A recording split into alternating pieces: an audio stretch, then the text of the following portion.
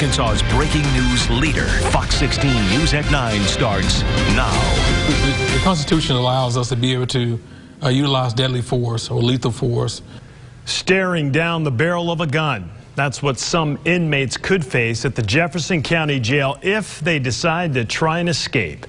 Good evening, everyone. Thanks for joining us for Fox 16 News. I'm Kevin Kelly. It's one of many ideas being considered to enhance security after a recent jailbreak. Fox 16, Susan L. Corey talking to the sheriff tonight. And Susan, this wouldn't apply to all inmates, right? That's right, Kevin. Deadly force could only be used on inmates convicted of a felony. Now, nothing is set in stone here, but the Jefferson County Sheriff tells me this could be a way to fill gaps in safety on a budget that just keeps getting tighter. Tight locks can't stop some inmates from testing the limits to break out. It is irritating. A recent escape at the Jefferson County Jail sparked a string of attempts. We have had some, I would say, copycats, if you would. All foiled, but one case did get as far as the roof. And we've tried to combat that by instituting, 24-hour perimeter security. Budget cuts make that a temporary fix, so Sheriff Lafayette Woods is considering a shoot-to-kill approach. You could utilize deadly force or lethal force to make sure that they don't pose a further danger to the public. That would only apply to fleeing inmates convicted of a felony. And the sheriff says he is weighing other options like an electric fence. Obviously, we want to take an individual's life. We hate what the result of that. The electric fencing would have to be inside the jail grounds, but then the focus shifts to how to make sure other detainees who aren't felons don't get hurt. Prisoner right advocates don't want to see that force, making that clear over the phone. This murderous policy is morally reprehensible. I think the question we should be asking is how to prevent escape without furthering additional harm or creating additional loss of life. For the sheriff, it's the price of balancing budgets. I want to be able to do more over safety. Deadly force is something prisons can use. In the case of the Jefferson County Jail, it's also an option there since they can house felons for up to a year. Interesting, and it certainly catches the inmate's attention, I would think, to prevent possibly trying to escape, considering that it could become a target. What's the next step in this process? I mean, is this something that is going to happen, or are we still kind of in the evaluation period? Yeah, Sheriff tells me he's not rushing into anything here. He has spoken with the Arkansas Department of Corrections, just weighing this option. He's also gotten estimates for that electric fence he talked about, but says that at this point he just wants to weigh every option that he has. All right, keep us posted. Thanks. In Tennessee, an escaped inmate is wanted in connection to the death of a corrections employee. Authorities say Curtis Watson is suspected of killing a 64-year-old prison administrator during his escape. Watson is considered extremely dangerous. Tennessee Governor Bill Lee announcing a $25,000 reward for the inmate's capture, bringing the total reward money to $52,000. We need Tennesseans, as well as our partners throughout the bordering states, to be vigilant on this. He could be outside of Tennessee. Watson's previous convictions include aggravated assault and kidnapping. It's believed he escaped the prison grounds where he did farm work on a tractor. Now, weather to plan your day with Fox 16 Chief Meteorologist Jeff Baskin. Well, certainly not quite as hot as it was yesterday, thanks to some clouds and a few showers around. High temperatures in the upper 80s across much of central Arkansas, as opposed to upper 90s that we had around yesterday. Parts of northern Arkansas even stayed in the 70s for high temperatures. Blazing heat, though, south, with temperatures into the mid-90s across much of South Arkansas. And tonight, it's actually still pretty warm and humid out there. Temperatures haven't really dropped off all that much. Still in the low 80s across much of central Arkansas. You see some temperatures missing there, and that's because there's been some sort of communication problem with the National Weather Service today, so that's why you don't see all the temperatures there. Satellite and radar not showing a whole lot, although we do have some showers and a few thunderstorms now coming back into parts of north and northwest Arkansas, moving through Bentonville, Fayetteville, and Harrison. These showers will mainly affect parts of northern Arkansas as we go through the overnight hours into early Friday morning. But as we go into the day on Friday, I wouldn't rule out a few showers sneaking their way into parts of central Arkansas as well. South Arkansas doesn't look like you're going to get much in the way of rain, but the clouds will keep those temperatures down again. with high temperatures for the most part staying in the upper 80s. But with the humidity, it's still going to feel like 90s. But we are talking about some brutal summer heat coming up in your 7-day forecast. That's just ahead in a few minutes. A 3-year-old boy back home this evening after getting shot in the head Wednesday in Searcy County. The victim, according to family members, Cole Hancock. A bullet grazed his head while walking down a road with 2 adults and another child. His father releasing those photos you just saw.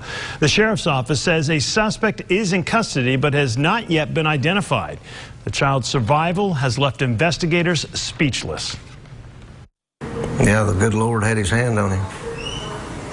That's all I can add to it. We don't have a lot of shootings. We have a lot of people shooting guns, but we don't have a lot of shootings. It's unclear whether this was intentional or accidental. The sheriff's office expects to file formal charges in the next day or 2. Cole's family says the boy is awake, alert, and safely back home. A man armed with a rifle and over 100 rounds of ammunition behind bars tonight after being arrested at a Missouri Walmart today. The Springfield Police Department says they responded to a call of an active shooter. Police say a young white male appearing to be in his 20s was walking around the store in body armor, military fatigues, and carrying tactical weapons. There were no shots fired. No one was injured. An off-duty firefighter who was at the Walmart helped detain the man. A Jacksonville grandmother vacuuming her car finds herself in the middle of a robbery. Officers say a man slipped into her car and took off in it with the woman's arm stuck inside. Fox 16's Mitch McCoy in studio tonight with the surveillance footage. Mitch. Yeah, Kevin, good evening. It all happens within a few seconds. You see the man here in the red shirt walk up and slide right into the driver's seat of this car. The grandmother vacuuming the passenger side of the car, then gets in and the suspect takes off. Take a better look at this video here. It happened at Mr. Bubbles Car Wash off South 1st Street in Jacksonville. The victim, Beth Hall, tells me it was just a natural instinct to try and stop the man from taking off in her car. Hall tells me her car is brand new. She purchased it about a month ago. Despite the bumps and bruises, Hall finds relief in knowing her grandchild was not inside the car. What if my granddaughter had been in that car when he got in it and took off? She would have been in it too. Because sometimes I would take her with me. Thank God she wasn't. Police were able to return her car this morning. You see it right there. They found it dumped off at a Walmart nearby. But the hunt for this man right here you see continues. I'm told that is the surveillance footage from that Walmart where that car was dumped. The suspect ended up getting her cell phone and about $30 in cash. If you recognize the person that you just saw there, you're asked to call Jacksonville Police. Kevin? All right, Mitch. Thank you very much. Deputies in Jefferson County are searching for 3 people involved in breaking into a sheriff's patrol car. It happened at a deputy's home at the Ridgeway Estate apartment complex on Wednesday. Deputies say a taser was taken. Authorities believe 2 men are responsible, while a woman was the getaway driver. If you know anything about this, call the Jefferson County Sheriff's Office. But as much as I hate it that there's other pregnant women in here, it's nice to be able to kind of bond with them and have something in common that otherwise we wouldn't have had. When a woman commits a crime and sentenced to prison, the miracle of life doesn't stop. Every pregnant inmate goes into the Hawkins unit in Wrightsville and waits to give birth. Tonight, our Stephanie Sharp is learning more about a brand new initiative in place to help both mothers and their babies while behind bars. A warm, colorful environment, comfortable sliders, and the tree of life on the wall. It looks more like a nursery than the inside of a prison. We've watched it come to life. Lindsay Moody and Megan Cargill are inmates at the Arkansas Department of Correction Hawkins Center. But their most important role right now is being new moms. He's 7 weeks old. It's my first baby. He's a really good baby. He's at home with my mom right now. Moody and Cargill are the first inmates to use the lactation room. We come in here about every 3 to 4 hours to pump. They say sit in these chairs and do what many other new moms do, breastfeed. We just put it in a bag like this. They store their supply in a freezer and give it to their families once a week at visitation.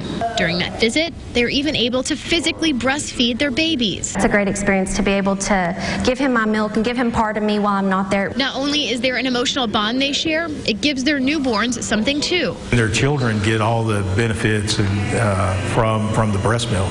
And so that's important for the inmates and the children. Billy Inman, the deputy warden, looked to other states to help put the program in place, creating some sort of normalcy, setting them up for success after they do their time. Studies show that it's important for recidivism issues for child and mother to bond. On the wall of the room, the Tree of Life, a place these inmates can grow into mothers, helping their babies grow too. This program is so near and dear to my heart, to be able to bond with my son when I'm not there, and I'm just excited that other mothers get to do this as well.